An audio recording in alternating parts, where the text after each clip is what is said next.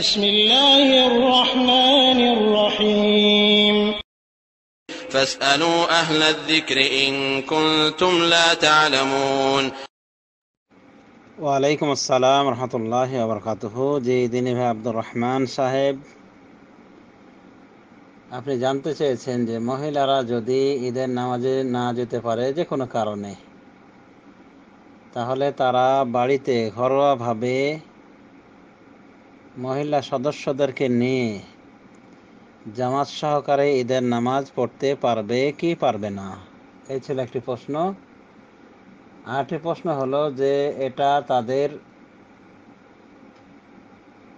যদি তারা পড়ে তাহলে এটা তাদের আদা হলো না কাজা হলো,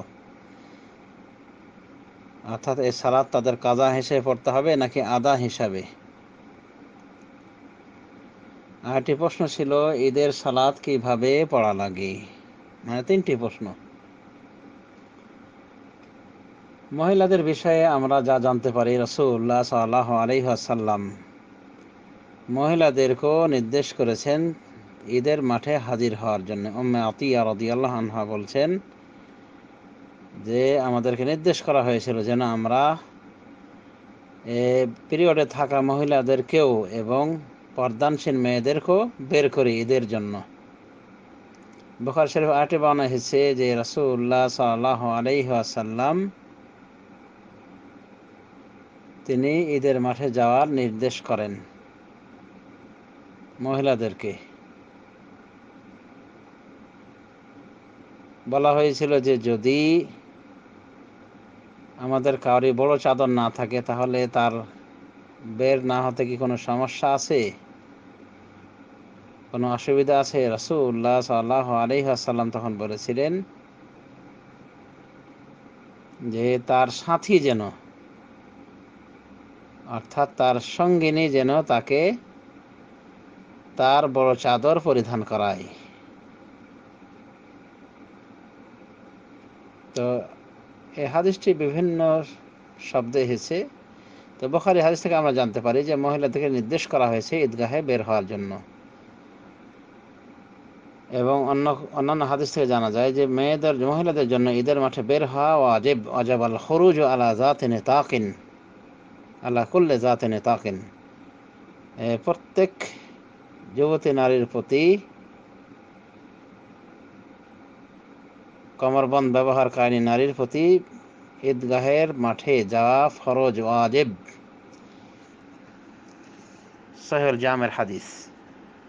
এটাই হলো নিয়ম। এখন কথা হলো যে যদি মহিলাদের কোনো কারণে না যাওয়া হয় তাহলে তারা বাড়িতে কি করবে, বাড়িতে তারা নামাজ পড়বে কি পড়বে না, এই বিষয়ে আল্লামা ইবনে উসাইমিন রহমতুল্লাহ আলাইহি তিনি বলেন লা আ'লামু ফি হাদা সুন্নাহ, মানে আমি এই বিষয়ে সুন্নাত বিষয়ে অবগত নই, মানে সুন্নাতের কিছু পাওয়া যায় না, সুন্নাতের ভিতর কিছু পাওয়া যায় না, হাদিসে কিছু পাওয়া যায় না মহিলাদের নামাজ মর্মে, এভাবে উনি বলেছেন। পক্ষান্তরে জমহুর উলামায়ে দ্বীন মনে করেন যে মহিলারা তারা পড়তে পারবে, বাড়িতে নামাজ আদায় করতে পারবে, তবে জামাতে পড়তে পারবে কি পারবে না এখানে ইখতিলাফ রয়েছে। কিছু কিছু উলামায়ে দ্বীন বলেন যে জামাতে তারা নামাজ পড়বে না, বরং পৃথক পৃথকভাবে একা একা নামাজ পড়ে নেবে। অবশ্য আলী থেকে একটা আসার পাওয়া যায় যে উনি দুর্বল মহিলাদেরকে নিয়ে জামাতে নামাজ পড়েছেন, ঈদের জামাত, এবং সেটা ছিল খুব সময় মসজিদে, মুসনাদ ইবনে আবি শাইবা সহ বিভিন্ন গ্রন্থে এসেছে। দুর্বল প্রকৃতিদের নিয়ে উনি আলাদা জামাত করেছেন। তো এই সনদটিকে অনেকে বলেছেন বিশুদ্ধ পর্যায়ের, অর্থাৎ আলী থেকে এটি সুসাব্যস্ত বলা হয়েছে। তো উনি দুর্বল শ্রেণী, মানে যারা যেতে অক্ষম, ঈদের মাঠে যেতে অক্ষম, তাদেরকে নিয়ে নামাজ পড়েছেন। সুতরাং জামাতে নামাজ পড়া যেতে পারে যদি একজন ইমাম পুরুষ হয়ে থাকে। আর পৃথকভাবে মহিলারা স্বতন্ত্রভাবে পুরুষ ছাড়া জামাত করতে পারবে কিনা বিষয়টি কেউ কেউ আপত্তি তুলেছেন যে বাড়ির ভিতরে যদি হয় তাহলে এটা চলবে না। এক কথায় নামাজ তারা পৃথক পৃথকভাবে যদি পড়ে নেয় তো সেটাও বৈধ রয়েছে ইনশাল্লাহ। আর যদি কোনো পুরুষ দিয়ে পড়াতে পারে, পুরুষের অধীন পড়তে পারে, এটা সব থেকে ভালো। আর তাদের পৃথক জামাত করে নামাজ পড়াটা, মানে তাদেরই মাধ্যমে, তাদের ইমামের মাধ্যমে একটু বিতর্ক রয়েছে। তো যাই হোক, এই হলো কথা। তো এই সালাত আদায় করবে, ওজর হিসেবে তারা এভাবে আদায় করতে পারে, অসুবিধা নেই ইনশাআল্লাহ। যদি জামাতে বের হওয়ার সময় যদি দেখে যে জামাত ছুটে গেছে, তাহলে এটা কাজা বলে গণ্য হবে। আর যদি তারা শুরু থেকে না যেতে পারে, তাহলে ঈদের টাইমে, ঈদের নামাজের টাইমে তারা নামাজ পড়ে নেবে ইনশাআল্লাহ, এটা তাদের জন্য আদা বলে গণ্য হবে। ঈদের জামাত শেষ হয়ে গেলে পরে নামাজ পড়া যাবে কি যাবে না, ইখতিলাফ থাকলেও আমরা বলবো যে জমহুর উলামায়ে দ্বীন কাজা করার পক্ষে গিয়েছেন। ঈদের নামাজের কাজা রয়েছে, যদিও জুমার নামাজের কাজা চলে না, কিন্তু ঈদের নামাজের কাজার প্রমাণ আমরা পাই। যেমন ইমাম তাহাবির শারহ মানিল আসার গ্রন্থে এসেছে আনাস বিন মালিকের আমল, যে উনি ঈদগাহে বের হয়ে দেখেন ঈদের নামাজ শেষ হয়ে গেছে, তখন উনি নিজের পরিবারে এসে নিজের ছেলে মেয়ে, পরিবার পরিজন, এমনকি নিজের গোলামদেরকে নিয়ে উনি নামাজ পড়েন, এবং এই নামাজে ইমামতির জন্য তার এক গোলামকে আগে বাড়িয়ে দেন। তার গোলাম সবাইকে নিয়ে এই নামাজে ইমামতি করেন এবং ঈদের নামাজের মতো করে নামাজ পড়েন। আনাস রাদিয়াল্লাহু আনহু এইভাবে ব্যবস্থা করেছিলেন। তাহলে দেখা যাচ্ছে যে ঈদের সালাতের এইভাবে কাজাও আদায় করা হয়েছে। এবং এটি সংক্ষিপ্তভাবে আনাস বিন মালিকের এই আমলটি সহিহ বুখারীতে এসেছে সনদবিহীনভাবে, যে উনি জামাত ছুটে গেলে উনি পরিবার পরিজনকে জড়ো করেছিলেন এবং গোলাম দিয়ে নামাজ পড়িয়ে নিয়েছিলেন। তাহলে দেখা যাচ্ছে যে কাজা আদায়ের প্রমাণ পাওয়া যাচ্ছে। সুতরাং কাজা আদায় করাতেও কোনো বাধা নেই, শারঈ কোনো বাধা নেই। যদিও কিছু কিছু ইমাম এদিকে গিয়েছেন যে সরাসরি রাসূলুল্লাহ সাল্লাল্লাহু আলাইহি ওয়াসাল্লাম থেকে যেহেতু কিছু পাওয়া যায় না, অতএব আমরা কাজা পড়ারও পক্ষে বলবো না কথা।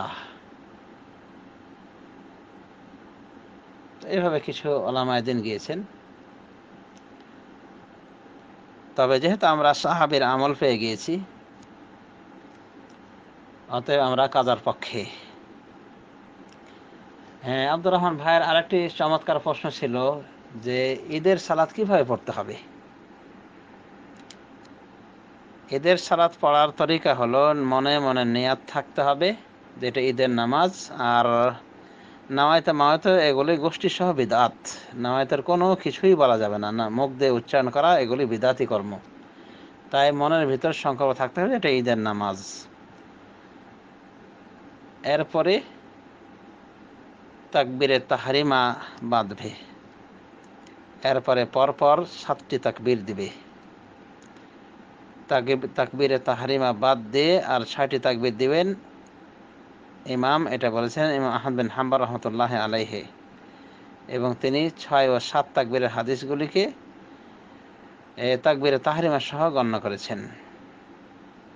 মানে প্রথম যে 7 তাকবীর এবং পরে যে 5 তাকবীর, এই 7 তাকবীরের ভিতরে উনি গণ্য করেছেন তাকবীরে তাহরিমাকে। অবশ্য ইমাম শাফি সাহেব গণ্য করেছেন তাকবীরে তাহরিমার তাকবীর বাদ দিয়ে 7 তাকবীর দিতে হবে বলেছেন। তো উভয়ের সাপোর্টে কিছু দলিল পাওয়া যায়, তবে সব থেকে বিশুদ্ধ দলিল হলো তাকবীরে তাহরিমা সহ 7 তাকবীর প্রথমে দিবে প্রথম রাকাতে। এরপরে সূরা ফাতিহা পড়বে। সানাটা প্রথমে পড়ে নিতে পারে, তাই তাকবীরে তাহরিমা দেওয়ার পরে সানা পড়ে এরপরে পরপর তাকবীর দিবে, এরপরে সূরা ফাতিহা পড়বে। সূরা ফাতিহার সাথে সূরা আলা প্রথম রাকাতে, পরের রাকাতে সূরা গাশিয়া পড়বে। তো 7 তাকবীর দিবে প্রথম রাকাতে, এরপরে আউযু বিল্লাহ বিসমিল্লাহ সহ সূরা ফাতিহা, এরপর সূরা আলা, এরপরে যথা নিয়মে রুকু সেজদা করে আবার উঠে পরপর 5টি তাকবীর দিবে। সেজদা থেকে ওঠার যে তাকবীর ওটা বাদ দিয়ে 5টি তাকবীর দিবে। এই 7, 5, 12 তাকবীরে পড়াটা সব থেকে তুলনামূলক বিশুদ্ধতর সুন্নাহ। তো তাকবীরে পরের রাকাতে সেজদা থেকে উঠে সেজদার তাকবীর বাদ দিয়ে নতুন করে 5টি বাড়তি তাকবীর দিবে। এরপরে সূরা ফাতিহা, বিসমিল্লাহ সহ সূরা ফাতিহা এবং সূরা গাশিয়া, আরও অন্যান্য সূরার কথা এসেছে, বা যে কোনো সূরাও পড়া যেতে পারে। তো এই হলো ঈদের সালাতের সংক্ষিপ্ত তরিকা, যে প্রথম রাকাতে হবে তাকবীরে তাহরিমা সহ 7 তাকবীর, আর দ্বিতীয় রাকাতে হবে 5 তাকবীর, তবে ইন্তেকালের তাকবীর বাদ দিয়ে, অর্থাৎ রুকুতে সাজদা থেকে ওঠার যে তাকবীর ওটা বাদ দিয়ে 5 তাকবীর। এইভাবে নামাজ পড়তে হবে। নামাজের সংখ্যা হলো 2 রাকাত। 2 রাকাত নামাজ হবে 7, 5, 12 তাকবীরে। এই মর্মে হাদিস সুনান গ্রন্থে পাওয়া যায়।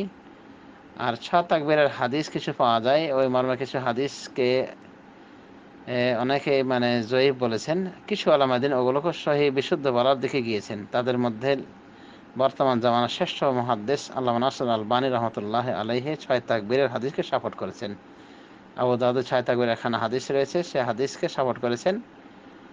এবং সিলসিলাতুল হাদিস আস-সাহিহাতে তিনি তাহাবির বারাতে একটি আসার এনেছেন, একটি হাদিস এনেছেন 4 তাকবীর, সালাতুল জানাজার মতো 4 তাকবীর। এই মর্মে হাদিসটিকে উনি বিশুদ্ধ বলেছেন এবং এখান থেকে উনি 6 তাকবীরের প্রমাণ নিয়েছেন, অর্থাৎ যেটা হয় প্রত্যেক রাকাতে 3 আর 4 ধরা হয়েছে মূলত তাকবীরে তাহরিমা সহ, আর পরের রাকাতে দ্বিতীয় রাকাতে সেজদাতে ওঠার তাকবীর সহ। এইভাবে 4 তাকবীর বলা হয়েছে, এভাবে ব্যাখ্যা করা হয়েছে। যা হোক, টেনে টেনে ওই 6 তাকবীরের হাদিস মারফু রাসূল সাল্লাল্লাহু আলাইহি ওয়াসাল্লাম থেকে কিছু পাওয়া গিয়েছে। আর সাহাবীদের আমল রয়েছে অন্তত ডজন সাহাবীর আমল পাওয়া যায় 6 তাকবীরের উপরে। এই জন্যই আমরা বলবো যে 6 তাকবীরে সালাত আদায় করা বৈধ রয়েছে, এটাও জায়েজ। 12 তাকবীরে 7, 5, 12 তাকবীর আদায় করা এটা সব থেকে উত্তম, তবে উভয়টি জায়েজ। আল্লামা নাসির আলবানী রহমতুল্লাহ আলাইহি তার সিলসিলা সহিহার ভিতরে বলেন যে সত্য হক কথা হলো যে উভয়টি সুন্নাহ, মানে 12 তাকবীরও নামাজ হয়ে যাবে ঈদের, জায়েজ আছে, সুন্নাত সম্মত, এবং 6 তাকবীরও। তবে তিনি বলেন যে আমার নিকটে বেশি প্রিয় এই 7, 5, 12 তাকবীর, কারণ এই মর্মের হাদিসগুলি বেশি এসেছে। তবে 6 তাকবীর মর্মে সাহাবীদের আমল রয়েছে, প্রায় হাফ ডজন খানিক সাহাবীদের আমল রয়েছে বিশুদ্ধ সনদ সহকারে। অতএব এই তাকবীরগুলি নিয়ে বাড়াবাড়ি করা উচিত না। তাকবীরগুলি হলো নফল, এগুলি ফরজ নয়, এগুলি ছাড়াও নামাজ হয়ে যায়। আরেকটি বিষয় মনে রাখতে হবে যে বুখারী, মুসলিম, নাসাঈতে এই 6, 12 কোনো তাকবীরের কথাই আসেনি, কারণ এই হাদিসগুলির প্রত্যেকটির সনদে কিছু না কিছু আপত্তি রয়েছে। অর্থাৎ যে হাদিসগুলি মারফুভাবে এসেছে আল্লাহ রাসূলের হাদিস হিসেবে, সে 6 তাকবীর হোক আর 12 তাকবীর হোক, উভয় হাদিসের সনদে কিছু কথা রয়েছে। এই জন্য অনেক মুহাদ্দিস মনে করেন যে এগুলি কোনোটি সহিহ নাই, এককভাবে সহিহ নাই। যেমন ইমাম আহমদ বিন হাম্বল তিনি বলেছেন যে তাকবীরাতের জাওয়ায়েদের বিষয়ে, মানে অতিরিক্ত তাকবীরগুলি দেওয়া হয়, এগুলির বিষয়ে কোনো হাদিস সহিহ নাই, সহিহ প্রমাণিত হয়নি। এরপর তার আমল ছিল 12 তাকবীরের উপরে, এবং তুলনামূলক উনি বিশুদ্ধ বলেছেন 12 তাকবীরকে। তবে ওনার থেকে এটাও পাওয়া যায় যে উনি বলেছেন যে কোনো সহিহ হাদিস নাই, অর্থাৎ এককভাবে কোনো সহিহ হাদিস পাওয়া যায় না। তো এই হলো 6 এবং 12 তাকবীরে নামাজ আদায় করার বিষয়, এগুলো হলো নফল বিষয়। আর 6 তাকবীরে যেহেতু সাহাবীদের আমল রয়েছে প্রায় হাফ ডজন খানিক এবং বিশুদ্ধ সনদে, এজন্য উলামায়ে দ্বীন মনে করেন যে তারাও এই তাকবীরগুলি রাসূলুল্লাহ সাল্লাল্লাহু আলাইহি ওয়াসাল্লাম থেকেই শিখে এইভাবে ফতোয়া দিয়েছেন। সুতরাং উভয়টি বৈধ রয়েছে, মারামারি ঝগড়াঝাটি করা এটাই হলো সবথেকে গর্হিত কাজ। তবে আমরা বলবো যে উত্তম হলো 7 তাকবীরে নামাজ পড়া। আল্লাহ রাব্বুল আলামিন আমাদেরকে সঠিক বোঝার তৌফিক দান করেন। আর ঈদের সালাত শেষ হলেই শুরু হয় খুতবা, ইমামের নাতি দীর্ঘ খুতবা দিবে এবং খুতবাতে একটি বৈঠক হওয়াই সুন্নাহ সম্মত।